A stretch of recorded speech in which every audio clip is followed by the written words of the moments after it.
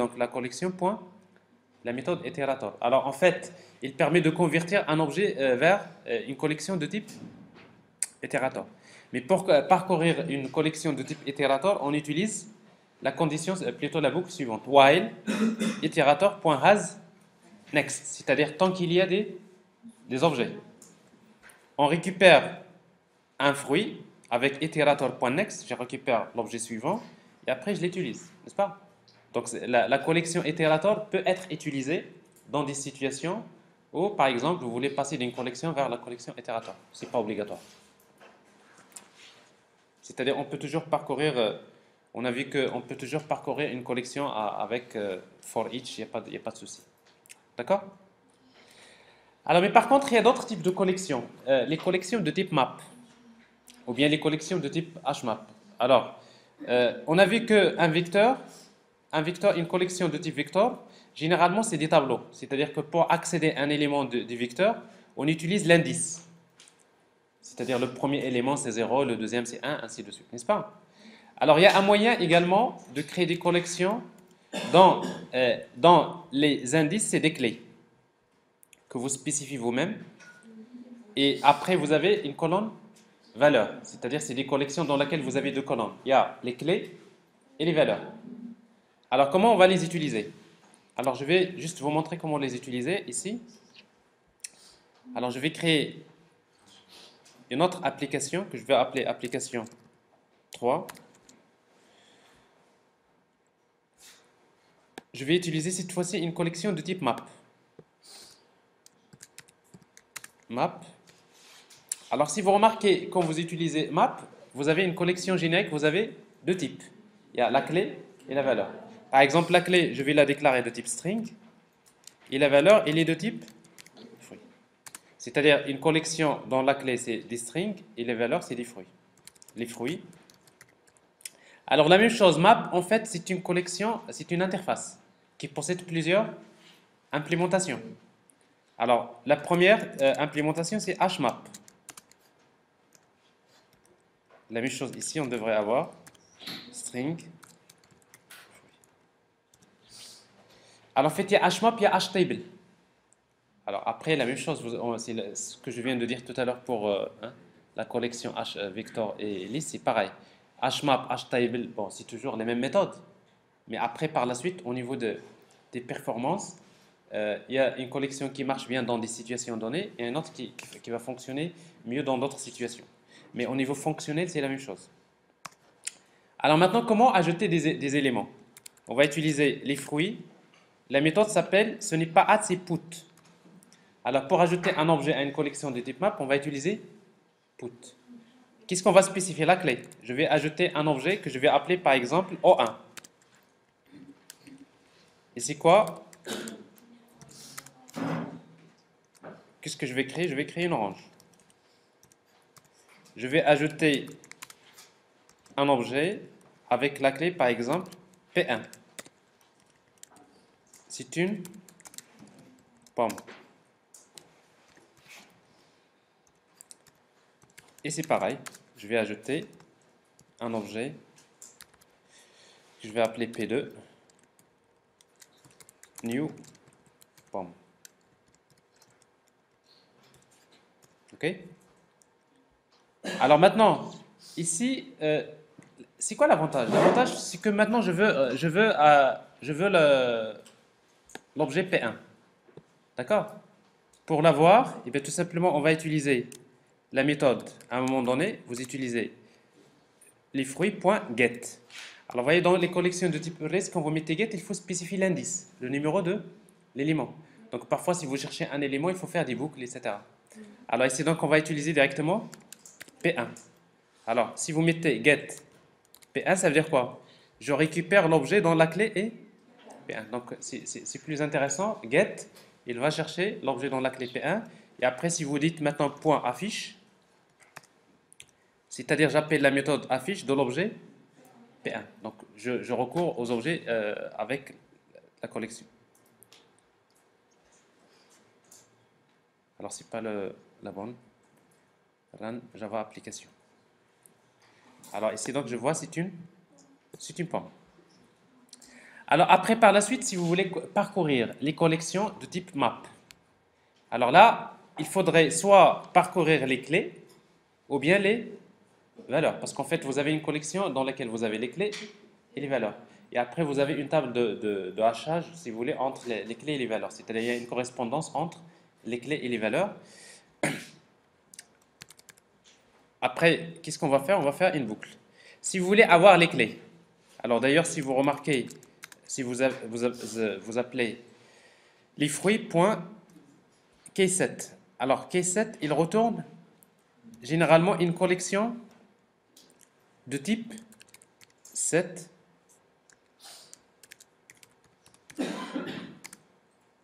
les clés égale. Alors la collection 7, c'est également une autre collection. Alors, regardez donc, quand vous mettez les fruits.key7, qu'est-ce que je récupère? Je récupère une collection de type 7 qui contient des strings. Je récupère que la colonne qui contient les clés. Et après, si vous voulez parcourir les clés, vous faites une boucle for pour chaque string clé, n'est-ce pas? De quoi? De case. C'est une collection. Et après, maintenant, je parcours les clés. Et après, supposons, je voudrais appeler les fruits.get quoi? La clé point affiche. Alors, qu'est-ce que je vois là? Je suis en train de récupérer tout d'abord la liste des clés, n'est-ce pas?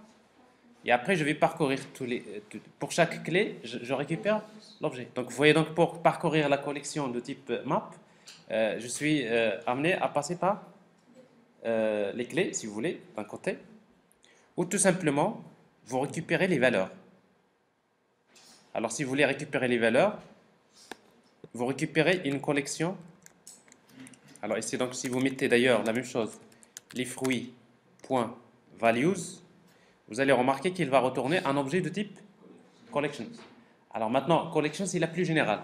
Une collection d'une manière générale. Donc ça veut dire que vous déclarez, si vous pouvez déclarer liste, si vous voulez une collection de type de fruits, alors values égale, c'est quoi? Les fruits.values. Alors qu'est-ce que je récupère là? Je récupère une collection de fruits, c'est-à-dire je récupère la deuxième colonne qui contient les objets. Alors c'est une collection, mais je peux spécifier, euh, alors ici, attendez, les fruits, non. Alors une collection ne peut pas être cassée. Donc values, il récupère une collection de type collection, d'une manière générale. Et après, si vous voulez parcourir la collection, c'est la même chose. For, pour chaque fruit, f, deux points, les fruits. Là, vous mettez f, c'est pas les fruits, c'est values. Les valeurs, vous mettez f point affiche. Vous voyez ici, donc je peux récupérer les clés et je peux récupérer les valeurs. Alors, tout dépend des applications. Parfois, on a besoin d'utiliser les deux. Alors, en principe, ça, c'est les différentes possibilités qu'on peut avoir dans les collections. Alors, comme ici, donc, vous avez, en quelque sorte, nous avons vu que la collection de type liste, n'est-ce pas? Et la collection de type map. Alors, c'est quoi la différence? C'est que les collections de type liste, c'est des collections simples. C'est-à-dire, c'est un tableau dynamique dans lequel je peux ajouter les objets et je peux les parcourir en une seule colonne en spécifiant les indices. Et après, les collections de type map, c'est des collections en quelque sorte à deux colonnes. La première colonne, c'est la clé et la deuxième, c'est valeur. Voilà. Pour les doublons. Les doublons, avec la même Alors maintenant, la question, les doublons. Alors, on a les collections. En principe, votre collègue, par exemple, vous avez ici les fruits.put. Encore, vous créez un autre objet, P1. Vous mettez new pomme. Et vous mettez 60. N'est-ce pas? Alors, qu'est-ce qui se passe? Alors, pour vous, c'est des doublons. N'est-ce pas? mais en réalité, il va écraser. C'est-à-dire qu'en réalité, c'est que la clé, c'est-à-dire il va chercher si la clé existe déjà, il va le positionner à l'endroit où ça existe. Ben, il dit que donc vous allez en principe récupérer les informations sur le dernier. Alors si vous affichez les informations, d'accord? Est-ce que c'est clair? Très bien. Alors on a presque terminé cette programmation orientée objet. Ben, il reste juste les associations entre les classes. Alors, ce qui va nous permettre d'avoir donc pratiquement bouclé les concepts de base pour pouvoir traiter le problème que nous avons posé la dernière fois. Alors maintenant, on a vu que donc pour faire la programmation objet, donc il faut parcourir tous ces concepts de l'orienté objet. Vous avez les associations entre les classes, souvent c'est quelque chose d'important. Il faut savoir comment les interpréter. On a déjà vu la dernière fois à peu près le principe. Ici, vous avez un exemple. Vous avez une agence qui gère plusieurs clients. Alors, vous avez ici une association entre la classe agence et la classe client.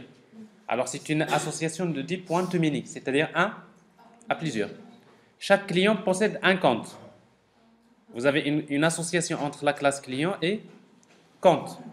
Et après, vous avez le compte peut être soit un compte simple ou bien un compte épargne.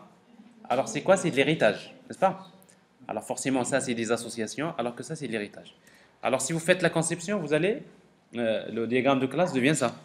Une agence gère plusieurs clients. Un à plusieurs. Un client possède un compte. Un compte appartient à un seul client. Et après, le compte peut être soit un compte simple ou bien un compte épargne. Ça, c'est de l'héritage. Ça va être une flèche blanche en principe si on respecte la notation humaine. Ce n'est pas une flèche noire. D'accord? Alors maintenant, comment traduire ces associations? Alors pour traduire l'association, alors quand vous avez la première association, elle est de type 1 à plusieurs, entre agence et client, se traduit par, c'est la création d'un tableau d'objets de type client, ou bien un vecteur, ou bien une collection, d'une manière générale, dans la classe agence. Ça veut dire quoi? Ça veut dire que dans la classe agence, je vais déclarer un tableau qui contient les clients, ou bien une collection. Alors, quand est-ce qu'on va déclarer les tableaux? C'est quand on connaît le nombre de clients qu'on va gérer. Mais si je ne connais pas, donc je vais utiliser une collection, soit liste, array list, n'est-ce pas? Soit, dans des situations, on peut utiliser par exemple les collections de type map, hmap, en fonction de ce qu'on veut. Hein. Alors, après, si l'association, est-ce qu'elle est unidirectionnelle ou bien bidirectionnelle? Alors, quand vous voyez une flèche, ça veut dire qu'elle est unidirectionnelle. Ça veut dire que dans la classe agence, j'ai besoin de déclarer une collection de type client.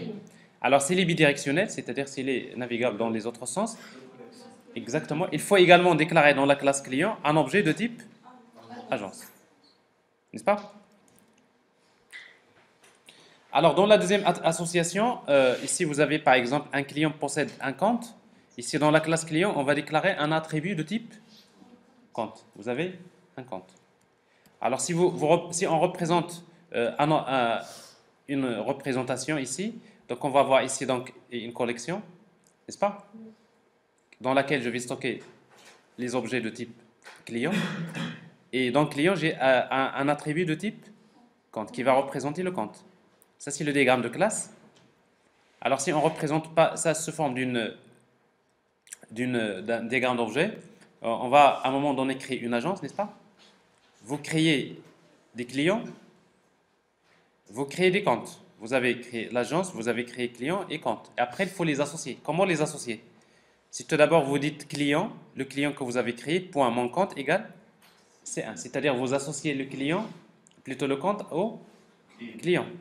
Et après, il faudrait ajouter le client. Hein, le client, il faut l'ajouter à l'agence. C'est-à-dire ce client-là, il faut le stocker dans la collection. Je suppose ici que dans la classe agence, il y a une méthode add client qui permet d'ajouter. Alors, si vous faites une petite représentation objet, vous allez avoir ça. C'est-à-dire qu'à un instant donné, quand votre application s'exécute, en principe, l'objet agence, il contient une collection. Chaque élément de la collection, il représente un client. Et chaque client, il est associé à un compte. Donc, vous voyez donc ici dans le diagramme d'objet, c'est-à-dire dans la représentation objet, on va voir une situation comme ça. Et le compte, bien sûr, il peut être soit un compte simple ou bien un compte épargne. OK? Voilà. Alors maintenant, application, on va appliquer ça je crois que je devrais charger le...